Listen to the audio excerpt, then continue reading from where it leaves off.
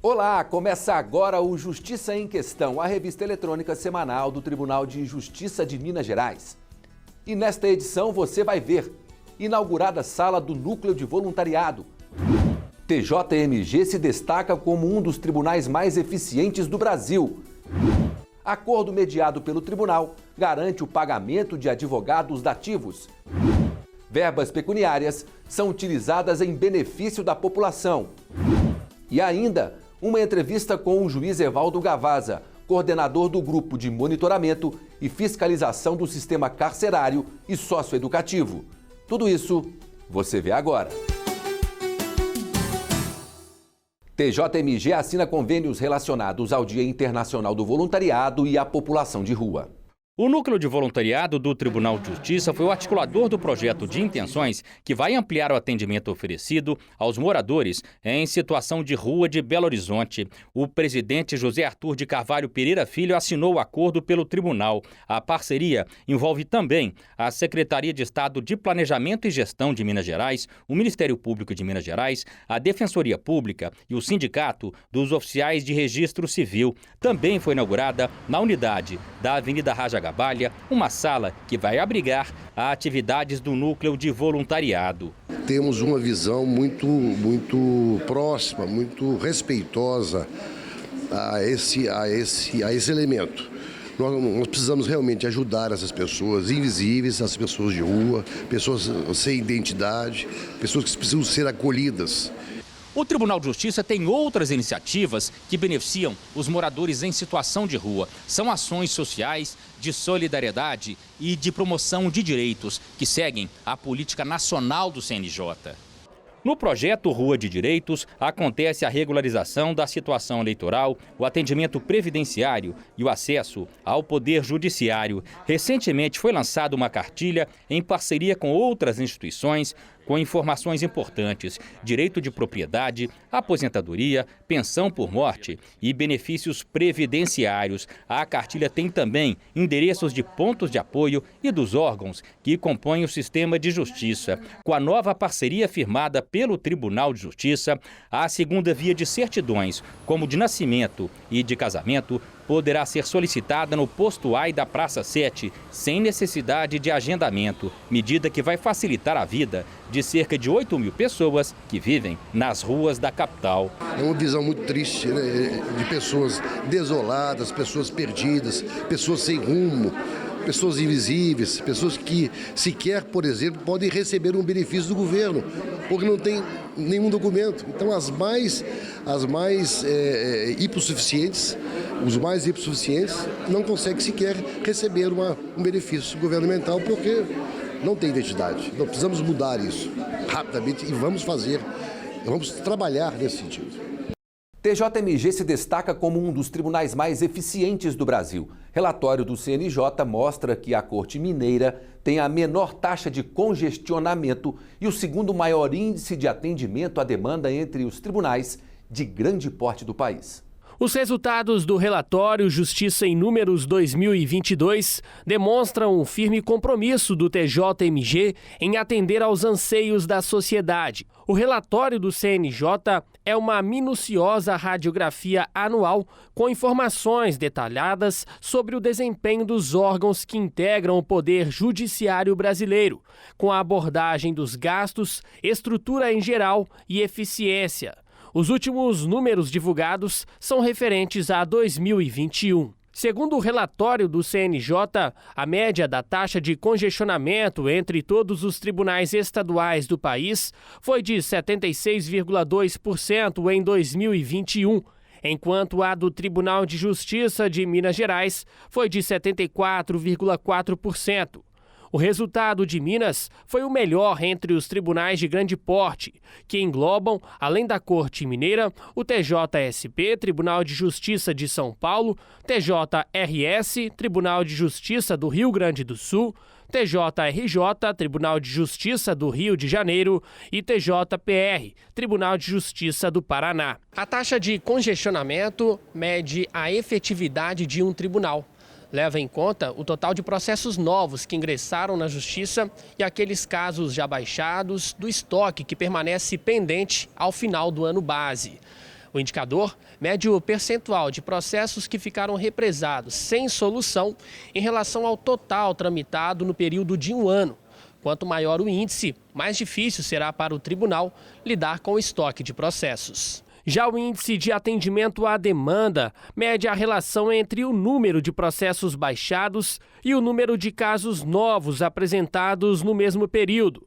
O dado indica a capacidade do tribunal em dar vazão em, pelo menos, o mesmo número de processos ingressados. O ideal é que o indicador permaneça superior a 100% para evitar aumento dos casos pendentes. Na Justiça Estadual, 11 dos 27 tribunais não conseguiram atingir 100%. Entre os tribunais de grande porte, apenas o TJMG e o TJRJ alcançaram essa marca. O índice de atendimento à demanda também é medido separadamente no primeiro e segundo grau.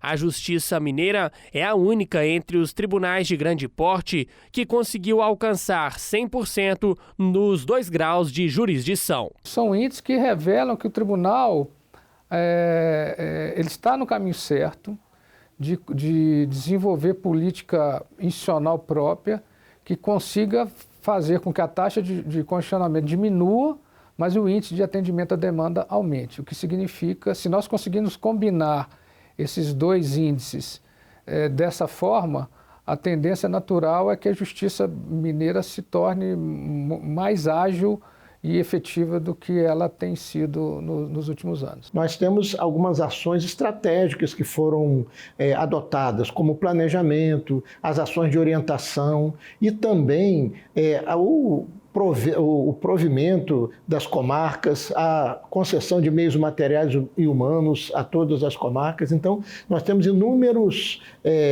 caminhos que chegam a esse excelente resultado. A Central Lapidar de Monitoramento Integrado, Inteligência e Inovação do Tribunal de Justiça de Minas Gerais coletou os dados dos indicadores nos últimos 10 anos para comparar a evolução do Tribunal Mineiro ao longo do tempo.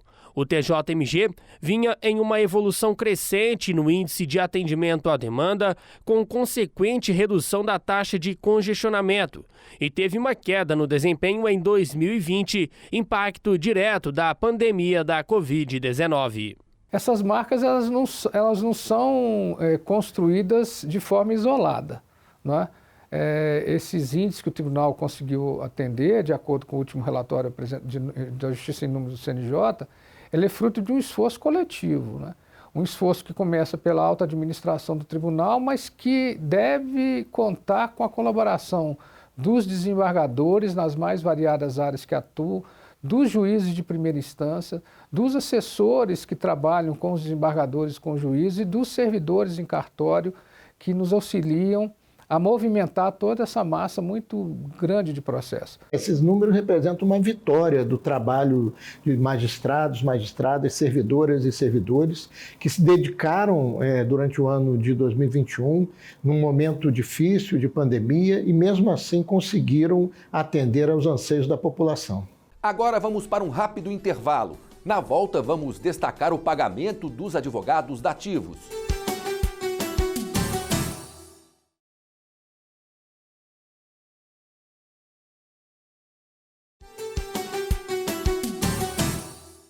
Acordo mediado pelo TJMG garante o pagamento de advogados dativos. O trabalho foi feito em parceria com o governo do estado e a OAB Minas. Em comarcas onde não há ou faltam defensores públicos, os advogados dativos são designados pelos juízes para assistir juridicamente quem não tem condições financeiras de pagar pelo serviço. São casos em processos civis, criminais e julgamentos no tribunal do júri. Só que, apesar da lei garantir o pagamento dos honorários dos advogados pelo governo do estado de Minas, há casos de profissionais que, desde 2015, não recebem pelo serviço prestado e entraram com ações na Justiça. A expectativa é de que um acordo intermediado pelo Tribunal de Justiça de Minas Gerais coloque um ponto final em 50 mil ações pelo pagamento dos honorários dos advogados dativos. O governo de Minas Gerais liberou 48 milhões de reais para fechar os acordos com os profissionais. Todo o processo poderá ser negociado entre as partes pela internet durante o mutirão de conciliação. É um termo histórico. é um reconhecimento de que os dativos, advogados dativos, prestaram relevantíssimos serviços à advocacia e às partes e precisam receber por esses serviços prestados. E uma sensibilidade do tribunal ao coordenar esse acordo. É uma situação que já vinha ocorrendo há anos e anos e vai agora ser solvida. De fato, é o resgate de um passivo importante de ser liquidado e uma solução que liquida e que cria um fluxo financeiro para pagamento dos dativos. A advocacia dativa exerce uma função essencial ao funcionamento da justiça e ao acesso daquela pessoa mais carente à justiça. Então, é de grande importância esse acordo hoje de valorizar esse profissional que atende essa população mais carente há anos. A negociação terá como base uma tabela com valores de honorários feita pelo TJMG para cada tipo de serviço prestado. O objetivo é evitar distorções e facilitar acordos com base no IRDR, Incidente de Resolução de Demandas Repetitivas. Nós tínhamos aí dezenas de milhares de recursos e naqueles recursos havia uma não isonomia na fixação desses valores. Que o IRDR veio, pacificou uma tese e elaborou uma tabela daqueles atos que os advogados realizavam gratuitamente para as pessoas carentes, e aí isso foi pacificado em termos de valores. O advogado dativo tem que manifestar nos autos o interesse em negociar. É preciso entrar no site do TJMG para preencher o formulário disponível. Na sequência, o processo é encaminhado pelo juiz da comarca para o Núcleo de Justiça 4.0 da Fazenda Pública. O Estado é intimado a apresentar uma proposta. Se for aceita, o acordo é homologado e o dinheiro transferido para a conta do advogado dativo. Firmado esse acordo de cooperação, a responsabilidade do Tribunal de Justiça é de operacionalizar, né? Como que vai ser feito, como que vão ser aportados esses processos, como será feito esse pagamento, né, pelo Estado e até que se ultime com o ato final, que é o recebimento do crédito pelo advogado dativo. Confira os destaques da semana do Judiciário Mineiro. O segundo vice-presidente do TJMG e superintendente da EGEF, desembargador Renato Luiz Dresch, esteve em uma escola estadual de Belo Horizonte para acompanhar o andamento das provas do concurso do tribunal. O desembargador é presidente da comissão examinadora do certame, que seleciona para vagas imediatas e formação de cadastro de reserva. Dresch estava acompanhado do desembargador Franklin Higino Filho e de outros integrantes da comissão. Clima de Natal na sede do Tribunal de Justiça de Minas Gerais, em Belo Horizonte. A ação, realizada há mais de uma década, transforma o Natal de centenas de crianças carentes. Cartinhas de crianças acolhidas por instituições de apoio à infância, do Núcleo de Trabalho e Integração Social, Núcleo de Arte e Cultura e TJ Abriga, além de cartinhas do tradicional Papai Noel dos Correios, estiveram disponíveis para retirada. Projetos incentivados pelo Judiciário Mineiro e abraçados pelos colaboradores. Ao todo, 630 cartas foram apadrinhadas pelo projeto Papai Noel do TJ. No próximo bloco, uma entrevista com o juiz Evaldo Gavaza, coordenador do Grupo de Monitoramento e Fiscalização do Sistema Carcerário e Socioeducativo.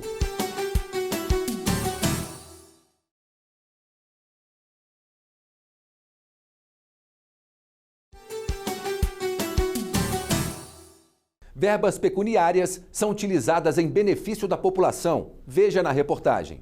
A comarca de Carangola, na Zona da Mata, foi a última beneficiada com verbas pecuniárias. R$ 260 mil serão usados para a reforma das celas do presídio e compra de um drone para a Polícia Militar do Meio Ambiente. Dinheiro que vai ser aplicado também para comprar computadores e um carro para a Associação de Pais e Amigos de Excepcionais. As verbas pecuniárias causaram impacto em Santa Luzia, na região metropolitana. A maternidade da cidade estava fechada há 10 anos. A reabertura foi possível com R$ 850 mil que foram investidos em aparelhos modernos. A Clara foi uma das primeiras mães a ter um bebê na nova maternidade. A minha mãe teve meu irmão aqui, mas eu nasci em Belo Horizonte.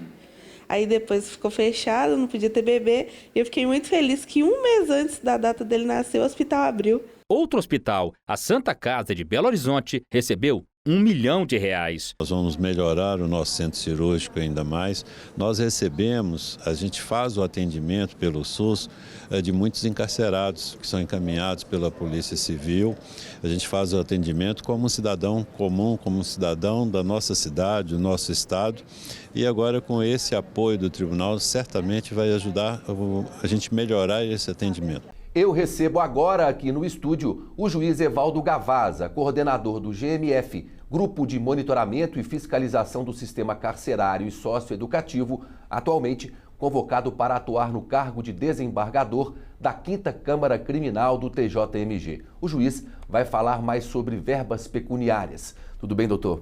Tudo bem. Começo perguntando para o senhor o que são verbas pecuniárias, que termo é este? Na verdade, o que a gente chama de verba de pecuniária é uma modalidade de pena restritiva de direito. As pessoas que se envolvem em infrações penais, que são julgadas e condenadas, elas recebem uma pena privativa de liberdade e essa pena privativa de liberdade é substituída por penas restritivas de direitos. Dentro dessa modalidade de pena restritiva de direito está o pagamento de prestação pecuniária, que o Código Penal estabelece um mínimo de um salário mínimo e um máximo de 360 salários mínimos. Essa aqui a gente chama comumente de verba pecuniária. E esse dinheiro da verba pecuniária que é arrecadado, que fica à disposição de instituições, quais instituições podem ter acesso a isso? As pessoas são condenadas, pagam para os juízos de execução penal em todas as 297 comarcas. Elas têm uma conta que é uma conta vinculada ao Tribunal de Justiça, uma conta oficial, e uma vez por ano o juiz publica editais e convoca as entidades que prestam relevantes serviços para apresentar os projetos relacionados ao sistema socioeducativo, sistema de justiça criminal, sistema prisional, violência doméstica, justiça restaurativa, área de saúde e outras áreas relevantes da comunidade local e estadual. Então, uma instituição que tiver interesse, ela primeiro precisa apresentar um projeto para mostrar onde que quer aplicar esse dinheiro? Exatamente. Ela apresenta um projeto, é feito um estudo de viabilidade desse projeto e também há uma verificação, ainda que superficial, da idoneidade financeira e fiscal e contábil dessa entidade, para que a gente verifique que a entidade tem condição efetivamente de executar esses projetos. Isso para entidades públicas, instituições públicas e privadas? Exatamente. Todas elas que prestem um relevante serviço social e que o projeto também tem uma relevância social. Antes da nossa entrevista, nós mostramos aqui uma reportagem destacando alguns locais onde a verba pecuniária foi destinada, né? Quer dizer, Carangola a gente mostrou e também aqui pertinho, em Santa Luzia, que ajudou inclusive a reativar o hospital, que ali já não nasciam mais crianças em Santa Luzia, né? É engraçado isso, e quer dizer, um dinheiro bem aplicado. E nós temos outros exemplos, né? As verbas de prestação pecuniária foram também utilizadas para a construção de UTIs. Nós podemos exemplificar Araçuaí, né? O norte de Minas, a UTI existente mais próxima era de Teófilo Otoni. No norte, na região do Vale do Jequitinhonha, não existia UTI disponível. Então, o Tribunal de Justiça disponibilizou essas verbas de prestação pecuniária e foi construída uma UTI. Então, as pessoas que não precisam mais se locomover para grandes centros para receber um tratamento emergencial, um tratamento mais específico. E outras situações no estado de calamidade, enchente em salinas, população de rua, com doação de itens básicos de sobrevivência, além da melhoria do sistema penitenciário, do sistema de justiça criminal como um todo. Nós temos as audiências por videoconferências que estão também hoje, que só existem e visitas virtuais em razão da destinação de verba de prestação pecuniária. Quer dizer, é dinheiro do povo que está com o tribunal, que o tribunal passa para o povo, né?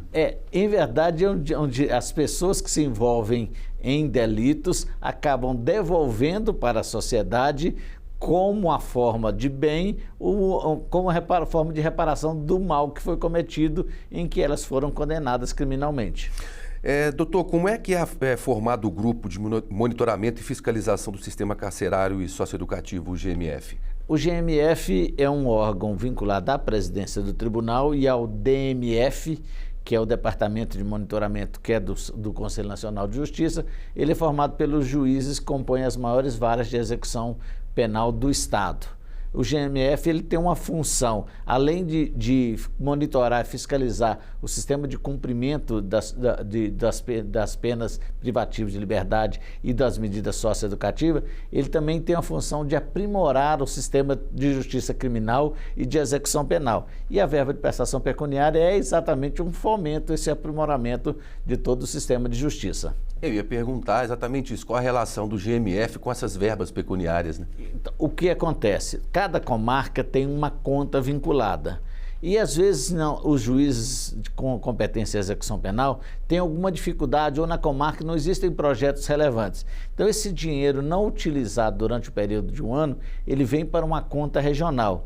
E depois esse mesmo valor é devolvido no âmbito estadual para os projetos que são apresentados. Às vezes uma comarca tem um valor pequeno, ela não consegue executar nenhum projeto, mas agregando valores de outras comarcas com montantes pequenos, consegue chegar a um montante maior e projetos mais relevantes. Exemplos clássicos nós temos agora, recentemente, a Santa Casa de Misericórdia de Belo Horizonte, que experimentou aquela tragédia do incêndio, e o Tribunal de Justiça contribuindo. Na verdade, quando eu digo o Tribunal de Justiça, eu digo todos os juízes criminais de execução penal e, naturalmente, com o grupo de monitoramento e fiscalização, contribuindo para melhoria das condições de vida em sociedade, nesses casos em situações emergenciais. E aí, falando de verbas destinadas para a questão carcerária, né? Centro de Remanejamento Provisório Ceresp e a Delegacia Regional de Polícia Civil em Juiz de Fora, na zona da Mata Mineira, receberam também, né? Sim. No período da pandemia, o foco mesmo foi a área da saúde. O auxílio ao Poder Executivo, nesse momento de grande dificuldade da humanidade, nós tivemos esse foco. Mas, agora, outras vertentes também, a melhoria do sistema prisional, né, que enfrenta uma série de dificuldades, e o sistema de investigação, as polícias civil, polícia militar, muitos juízes destinaram valores para compras de viatura, melhorias de viatura, o sistema de investigação. Então, isso tudo é a destinação para a melhoria de todo o sistema de justiça que tem como beneficiário final a população mineira. Terminando já aqui o ano de 2022, começa-se daqui a pouco um novo ano, 2023. Quais são, né, os principais desafios do GMF também para o próximo ano? Bom, a ideia é que o tribunal, já temos um ato normativo consolidado, mais atualizado, em que o tribunal vai definir uma política anual de destinação desses recursos, para uma forma de orientação a todos os juízes criminais de execução penal do Estado. E com a preferência daquelas áreas que são mais sensíveis, as áreas que têm mais algumas dificuldades e maiores necessidades. O sistema prisional continua sendo aquele que demanda uma maior atenção. O sistema, só lembrar que a APAC só alcançou esse poderio como uma forma alternativa de cumprimento de pena em razão das verbas de prestação pecuniária. Nos últimos anos, o Tribunal de Justiça tem contribuído com verba de prestação pecuniária em montantes que muitas vezes superam aqueles que são destinados até pelo Poder Executivo. Interessante. Doutor, agradeço muito pelos esclarecimentos, pela entrevista. Muito obrigado. O GMF está à disposição sempre quando for necessário. Obrigado, um prazer, viu? O prazer foi nosso. O Justiça em Questão fica por aqui. Outras informações sobre o Poder Judiciário você confere no portal TJMG e nas redes sociais do Tribunal. Os endereços estão na sua tela. Obrigado pela audiência, um abraço a todos e até a próxima edição.